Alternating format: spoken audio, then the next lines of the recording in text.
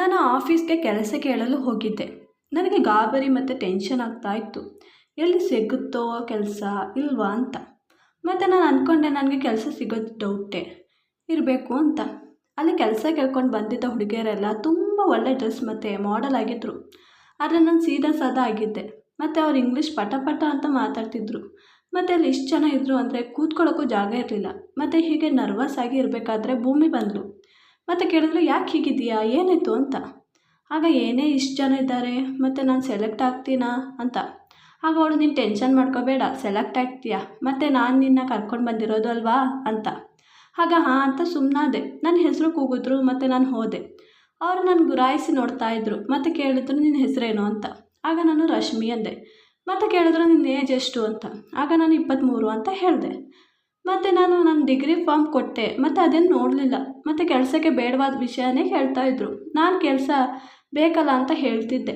ಮತ್ತು ಫೈಲ್ ತೆಗೆದು ನೋಡಿದ್ರು ಮತ್ತು ಹೋಗು ನಾನೇ ಮೆಸೇಜ್ ಮಾಡ್ತೀನಿ ಅಂತ ಹೇಳಿದ್ರು. ನಾನು ಹೋದೆ. ಅಲ್ಲಿ ಭೂಮಿ ಇರಲಿಲ್ಲ. ಭೂಮಿ ಎಲ್ಲಿ ಅಂತ ನೋಡಿದಾಗ ಅವಳು ಅಲ್ಲಿ ವಿಜಯ್ ಜೊತೆ ಮಾತಾಡ್ತಿದ್ಲು. ನಾನು ಹೋದ ತಕ್ಷಣ ಸುಮ್ಮನೆ ಆದ್ಲು. ಮತ್ತು ನಾನು ಕೇಳಿದೆ, ನೀನು ಇಲ್ಲಿಗೆ ಬರ್ತಾ ಇರ್ತೀಯಾ ಅಂತ. ಅವನು ಹೇಗೆ ಪರಿಚಯ ಅಂತ.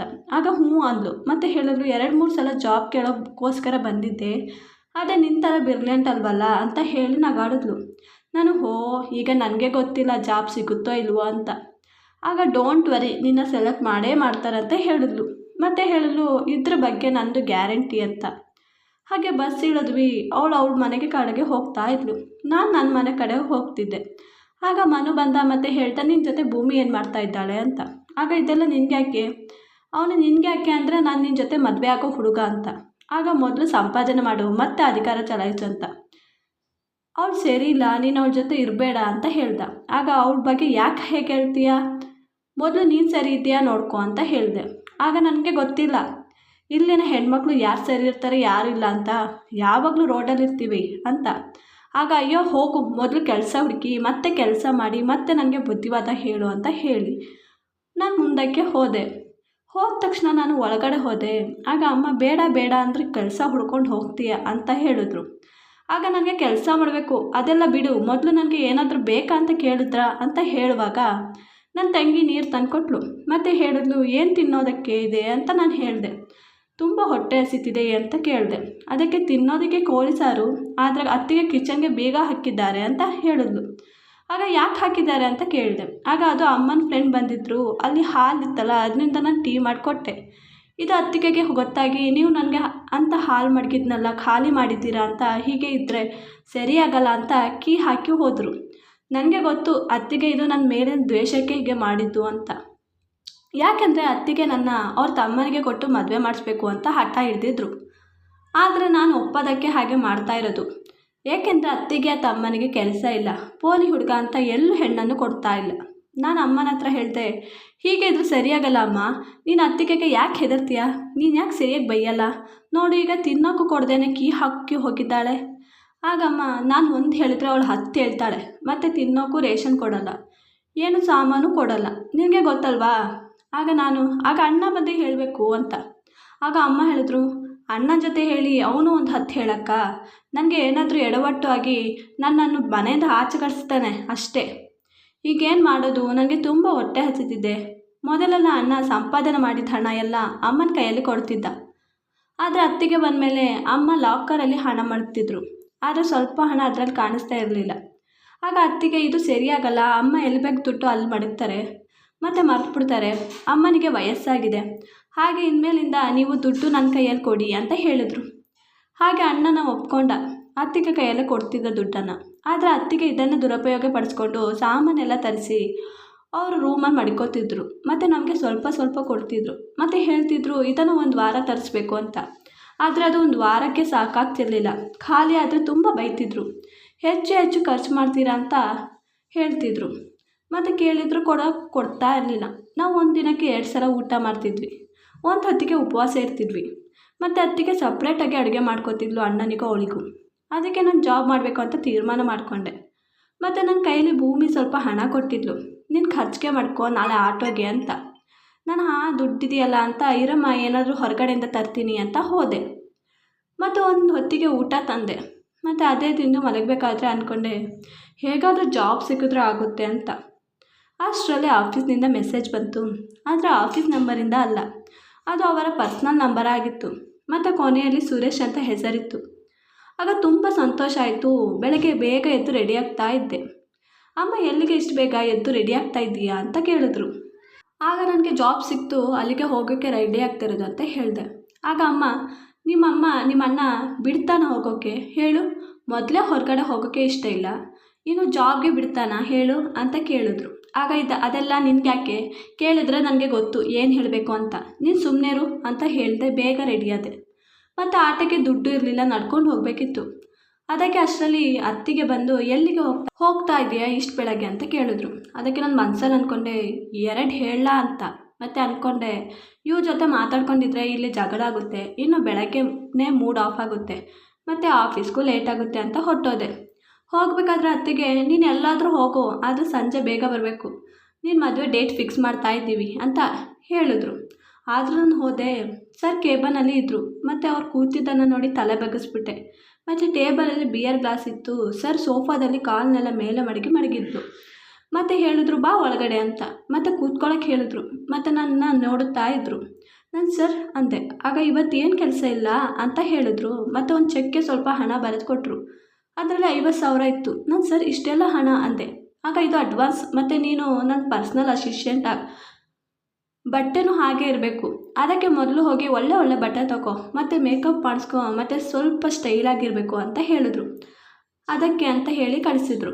ಮತ್ತು ನಾನು ದುಡ್ಡು ತಗೊಂಡು ಹೋಗಿ ಡ್ರೆಸ್ ತಗೊಂಡೆ, ಮತ್ತು ಬ್ಯೂಟಿ ಪಾರ್ಲರ್ಗೆ ಹೋಗಿ ಫೇಶಿಯಲ್ ಮಾಡಿಸ್ಕೊಂಡೆ, ಸ್ವಲ್ಪ ಮನೆಗೆ ರೇಷನ್ ತಗೊಂಡೆ. ಹೋದೆ. ಅಷ್ಟರಲ್ಲೇ ಅಲ್ಲಿ ಅಣ್ಣ ಮನೆ ತಲೆಗೆ ತಗೊಂಡಿದ್ರು. ಮತ್ತು ಅಮ್ಮನ ಹತ್ರ ಯಾರನ್ನು ಕೇಳಿ ಕೆಲಸಕ್ಕೆ ಹೋದ್ಲು ಅಂತ. ನಾನು ಹೋಗಿ ಯಾರಿಗೆ ಕೇಳಬೇಕು ಅಂತ ಹೇಳಿದೆ. ನೀನು ಮದುವೆ ಆದಮೇಲೆ ಅಮ್ಮ ತಂಗಿಯರನ್ನು ತಿರುಗಿಸಿ ನೋಡೇ ಇಲ್ಲ, ಮತ್ತು ಊಟ ಮಾಡಿದ್ಯಾ ಬಿಟ್ಟಿದೆಯಾ ಒಂದು ಸಲನೂ ಕೇಳಿಲ್ಲ, ಈಗ ಬರ್ತಾನೆ ಕೇಳೋಕ್ಕೆ ಅಂತ ಹೇಳಿದೆ. ಆಗ ನೀನು ಜಾಸ್ತಿ ಮಾತಾಡಬೇಡ, ಇನ್ನು ಕೆಲ್ಸಕ್ಕೆ ಹೋಗಬೇಡ, 1 ವಾರದಲ್ಲಿ ಮದುವೆ ನಿಂದು ಅಂತ. ಆಗ ನಾನು ಯಾರನ್ನು ಕೇಳಿ ಮದುವೆ ಮಾಡಿದ್ಯಾ, ಯಾವ ಹುಡುಗ, ಅದೇ ಅತ್ತಿಗೆ ತಮ್ಮನ ಜೊತೆನಾ, ಅವ್ರ ಸಂಬಂಧಿಕರೇ ಹೇಳ್ತಾರೆ ಮನೆಗೂ ಬೇಡ ಊರಿನವನಿಗೂ ಬೇಡವಾದವನು ಅಂತ, ಮತ್ತು ಅವನ ಜೊತೆ ಮದುವೆ ಮಾಡಿಸ್ತಾ ಇದ್ದೀಯಾ ನನಗೆ, ಈ ಮದುವೆ ಇಷ್ಟ ಇಲ್ಲ, ನಾನು ಈ ಮದುವೆ ಮಾಡ್ಕೊಳ್ಳಲ್ಲ ಅಂತ ಹೇಳಿದೆ. ಆಗ ಈ ಮದುವೆ ಮಾಡ್ಕೊಳ್ಳಲ್ಲ ಹಾಗಾದರೆ ಮನೆ ಬಿಟ್ಟು ಹೋಗು, ಒಂದು ಕ್ಷಣ ನೀನು ಇರಬೇಡ ಅಂತ ಹೇಳಿದ್ರು. ಆಗ ಅಮ್ಮ ನನ್ನ ಜೊತೆ ಸುಮ್ಮನಿರೇ, ಇವಾಗ ಎಲ್ಲಿಗೆ ಹೋಗ್ತೀಯಾ ಹೇಳು ಅಂತ. ಆಗ ನನಗೆ ಹೆದರಿಕೆ ಏನೂ ಇಲ್ಲ, ನಾನು ಹೋಗ್ತೀನಿ. ಆಗ ಅಮ್ಮ ಅಣ್ಣನಿಗೆ ಸಮಾಧಾನ ಮಾಡೋಕ್ಕೆ ಹೋದರು. ನನ್ನ ತಡೆಯಲು ನೋಡಿದ್ರು. ಆಗ ಅವಳನ್ನು ತಡೆದ್ರೆ ನೀವು ಮನೆ ಬಿಟ್ಟು ಹೋಗಿ ಅಂತ ಅಣ್ಣ ಹೇಳ್ದ. ನಾನು ಎಲ್ಲ ಪ್ಯಾಕ್ ಮಾಡಿ ಹೋಗ್ತಾ ಇದ್ದೆ. ಮತ್ತು ಅಮ್ಮನೂ ತಂಗಿನೂ ನನ್ನ ಜೊತೆನೇ ಬರ್ತಾಯಿದ್ರು. ನಾನೀಗ ಸಡನ್ನಾಗಿ ಎಲ್ಲಿ ಮನೆ ಮಾಡೋಕ್ಕೂ ಆಗಲ್ಲ ಅಂತ ಭೂಮಿ ಮನೆಗೆ ಕರ್ಕೊಂಡು ಹೋದೆ. ಅವಳಿಗೆ ಎಲ್ಲ ಹೇಳಿದೆ. ಭೂಮಿ ಮನೇಲಿ ಯಾರೂ ಇರಲಿಲ್ಲ, ಅವಳು ಮತ್ತು ಅವಳ ಅಮ್ಮ ಮಾತ್ರ ಇದ್ದದ್ದು, ಮತ್ತು ಅವಳೇ ಅಲ್ಲಿ ನೋಡ್ಕೋತಿದ್ದದ್ದು. ಹಾಗೆ ಅವಳು ಕರ್ಕೊಂಡ್ಲು ನಮ್ಮನ್ನು. ಮತ್ತು ನಾನು ಹೇಳಿದೆ 1 ವಾರ ಮನೆ ಮಾಡೋ ತನಕ ಅಂತ. ಆಗ ಅವಳು ಏನು ವರಿ ಮಾಡ್ಕೋಬೇಡ, 1 ವಾರ ಅಲ್ಲದಿದ್ದರೂ 1 ತಿಂಗಳಿರು ಅಂತ ಹೇಳಿ ಸಮಾಧಾನ ಮಾಡಿದ್ಲು. ಮತ್ತು ನಾನು ಮಾರನೇ ದಿನ ಆಫೀಸ್ಗೆ ಹೋದೆ. ಬಾಸ್ಗೆ ಏನು ಬೇಕು ಮಾಡಿಕೊಡ್ತಿದ್ದೆ. ಮತ್ತು ಹೊರಗಡೆ ಬಂದಾಗ ವಿಜಯ್ ಹೇಳ್ತಿದ್ದ, ನೀನು ಇಲ್ಲಿ ಕೆಲಸ ಮಾಡಬೇಡ, ಮತ್ತು ನೀನು ತುಂಬ ಒಳ್ಳೆ ಹುಡುಗಿ, ಭೂಮಿ ಮಾತಿಗೆ ಬರಬೇಡ ಅಂತ ಹೇಳ್ತಾ ಇದ್ದ. ನಾನು ಯಾಕೆ ಹೇಳ್ತಾ ಇದ್ದಾರಲ್ಲ ಅಂತ ಅನ್ಕೋತಿದ್ದೆ. ಮತ್ತು 1 ವಾರ ಆಯಿತು. ಯಾವಾಗಲೂ ಸಿಕ್ಕಾಗ ಹೀಗೆ ಹೇಳ್ತಾ ಇದ್ದ. ನಾನು ಇಗ್ನೋರ್ ಮಾಡ್ತಾ ಇದ್ದೆ. 15 ದಿನ ಆಯಿತು. ಮತ್ತು ಒಂದು ದಿನ ಬಾಸ್ ಕಾಲ್ ಮಾಡಿ ಇವತ್ತು ಹೋಟೆಲ್ನಲ್ಲಿ ಮೀಟಿಂಗ್ ಇದೆ, ನೀನು ಅಲ್ಲಿಗೆ ಬಾ ಅಂತ ಕರೆದ್ರು.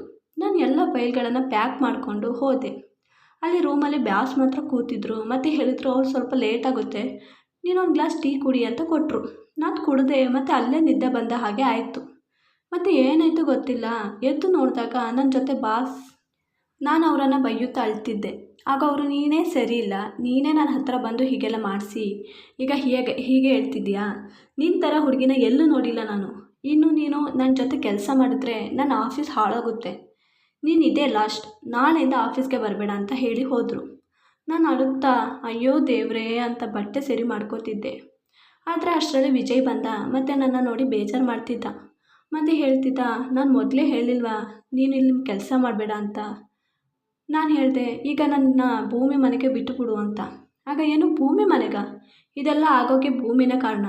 ಇಲ್ಲಿಗೆ ಕೆಲಸಕ್ಕೆ ಅಂತ ಈ ಥರ ಎಷ್ಟೋ ಹುಡುಗಿಯರನ್ನು ಕರ್ಕೊಂಡು ಬಂದು ಇಲ್ಲಿ ಬಾಸ್ನ ಹತ್ರ ಬಿಡೋದು, ಮತ್ತು ಬಾಸ್ ಈ ಥರ ಮಾಡಿ ಮತ್ತು ಅವ್ರ ಮೇಲಂದರೆ ಕ್ಯಾರೆಕ್ಟರ್ ಲೆಕ್ಸ್ ಹುಡುಗಿರು ಅಂತ ಹೇಳಿ ಕೆಲಸದಿಂದ ತೆಗೆದಾಕೋದು, ಇದರಿಂದಾನೇ ಅವಳು ದುಡ್ಡು ಮಾಡ್ತಾ ಇದ್ದದ್ದು. ಮತ್ತು ಹೇಳ್ದ, ನಾನಾದರೆ ಅಲ್ಲಿ ನನ್ನ ಅಮ್ಮ ಮತ್ತು ತಂಗಿ ಇದ್ದಾರೆ ಅಂತ ಹೇಳಿದೆ. ಆಗ ಬೇಗ ಹೋಗೋದಾ ಅಂತ ಹೇಳಿದೆ. ಆಗ ಅವ್ನು ಕರ್ಕೊಂಡು ಹೋದ. ಅಲ್ಲಿ ನೋಡಿದ್ರೆ ಬಾಗಿಲು ಲಾಕ್ ಆಗಿತ್ತು. ಅಯ್ಯೋ ನಮ್ಮ ಅಮ್ಮ ಮತ್ತು ತಂಗಿ ಅಂತ ಅಳ್ತಿದ್ದೆ. ಮತ್ತು ವಿಜಯ್ ಸರ್ ಮನೆಗೆ ಕರ್ಕೊಂಡು ಹೋದ. ಅಲ್ಲಿ ಅಮ್ಮನ ಕರ್ಕೊಂಡು ಹೋಗಿದ್ರು ಮತ್ತು ಹೇಳಿದ್ರು, ನಿನ್ನ ಜೊತೆ ಆದ ಹಾಗೆ ನಿನ್ನ ತಂಗಿ ಜೊತೆ ಮಾಡಬಾರ್ದು ಅಂದರೆ ನೀನು ಈ ವಿಷಯ ಯಾರಿಗೆ ಹೇಳಬಾರ್ದು ಮತ್ತು ಪೊಲೀಸ್ ಮೆಟ್ಟಲು ಏರಬಾರ್ದು ಅಂತ. ಒಂದು ಪೇಪರ್ಗೆ ಸೈನ್ ಮಾಡಿಸ್ಕೊಂಡ್ರು. ನಾನು ತಂಗಿಗೋಸ್ಕರ ಮಾಡಿದೆ ಸೈನನ್ನು. ಅಮ್ಮ ಮತ್ತು ತಂಗಿನ ಬಿಟ್ಟರು. ಮತ್ತು ಅಮ್ಮ ಯಾಕೆ ಏನಾಯಿತು ಅಂತ ಕೇಳಿದ್ರು. ಆದರೆ ನಾನು ಏನೂ ಹೇಳಲಿಲ್ಲ. ಇದನ್ನು ಕೇಳಿದರೆ ಅಮ್ಮ ಸತ್ತೋಗ್ತಾರೆ ಅಷ್ಟೇ. ಮತ್ತು ಎಲ್ಲಿಗೆ ಹೋಗೋದು ಗೊತ್ತೇ ಆಗ್ತಾ ಇರಲಿಲ್ಲ. ವಿಜಯ್ ಹೇಳ್ದ, ಎಲ್ಲಿಗೆ ಬಿಡಲಿ ಅಂತ. ಆಗ ನಾನು ನಮ್ಮನ್ನು ಅನಾಥಾಶ್ರಮಕ್ಕೆ ಬಿಟ್ಟುಬಿಡು ಅಂತ ಹೇಳಿದೆ. ಅದನ್ನು ಕೇಳಿ ಅವನಿಗೆ ಬೇಜಾರಾಯಿತು. ಮತ್ತು ಅವನ ಅಪಾರ್ಟ್ಮೆಂಟ್ನೇ ಕರ್ಕೊಂಡು ಹೋದ. ಮತ್ತು ಹೇಳ್ದ, ಇನ್ನು ಏನು ಮಾತಾಡಬಾರ್ದು ಇವತ್ತಿನಿಂದ, ನೀವೆಲ್ಲ ನನ್ನ ಜೊತೆ ಇರ್ತೀರಾ ಅಂತ. ಆಗ ಅದು ವಿಜಯ್ ಅಂದೆ. ಆಗ ನಿನಗೆ ನನ್ನ ಮೇಲೆ ನಂಬಿಕೆ ಇದೆಯಾ ಇಲ್ವಾ ಅಂತ ಹೇಳ್ದ. ಆಗ ನಾನು ತಲೆ ಬಗ್ಗಿಸ್ದೆ. ಮತ್ತು ಅವನು ಅಲ್ಲಿ ಒಬ್ಬನೇ ಇರ್ತಿದ್ದದ್ದು. ಅವ್ರ ಅಮ್ಮ ಮತ್ತು ಅಪ್ಪ ಹಳ್ಳಿಯಲ್ಲಿ ಇರ್ತಿದ್ರು. 1 ವರ್ಷ ಆದಮೇಲೆ ನನ್ನ ಜೊತೆ ವಿಜಯ್ ಮದುವೆ ಮಾಡಿಕೊಂಡ. ನಾನು ಹೇಳಿದೆ, ನನ್ನ ಜೊತೆ ಹೇಗೆ ಅಂತ. ಆಗ ಇದರಲ್ಲಿ ನಿಂದೇನು ತಪ್ಪಿದೆ, ಅವರದಲ್ವ ತಪ್ಪು ಅಂತ ಹೇಳ್ದ. ಮತ್ತು ಇದರಿಂದ ನನಗೆ ಏನು ಪ್ರಾಬ್ಲಮ್ ಇಲ್ಲ ಅಂತ ಹೇಳ್ದ. ಮತ್ತು ಹೇಳ್ದ, ಇದರ ಬಗ್ಗೆ ಇನ್ನು ಮುಂದೆ ಯಾವತ್ತೂ ಮಾತಾಡ್ಬಾರ್ದು ನನ್ನ ಜೊತೆ ಅಂತ. ಹಾಗೆ ಗೊತ್ತಾಯಿತು, ಬಾಸ್ಗೆ ಮದುವೆ ಆಗಿರಲಿಲ್ಲ. ಆದರೆ ಅವರಿಗೆ ಏಡ್ಸ್ ರೋಗ ಆಗಿತ್ತು. ಮದುವೆನೇ ಆಗೋಕ್ಕೆ ಆಗ್ತಾ ಇರಲಿಲ್ಲ. ಇದರಿಂದ ಅಲ್ಲಿ ಯಾರು ಕೆಲಸಕ್ಕೆ ಹೋಗ್ತಾ ಇರಲಿಲ್ಲ. ತುಂಬ ಲಾಸ್ ಆಯಿತು. ಮತ್ತು ಇಲ್ಲಿ ಭೂಮಿನೂ ಅವ್ರ ಜೊತೆ ಸೇರಿಕೊಂಡಿದ್ಲು. ಅವಳಿಗೂ ಈ ಕಾಯಿಲೆ ಹರಡಿತ್ತು. ಮತ್ತು ಈ ಮಾತು ಅವಳ ತಾಯಿಗೆ ಗೊತ್ತಾಗಿ ಹಾರ್ಟ್ ಅಟ್ಯಾಕ್ ಆಯಿತು. ಮತ್ತು ಅವಳು ಒಬ್ಬಂಟಿಯಾಗಿ ಜೀವನ ಮಾಡ್ತಾ ಇದ್ದಾಳೆ. ಈ ವಿಡಿಯೋ ಇಷ್ಟವಾದಲ್ಲಿ ಪ್ಲೀಸ್ ಲೈಕ್ ಆ್ಯಂಡ್ ಸಬ್ಸ್ಕ್ರೈಬ್ ಮಾಡಿ.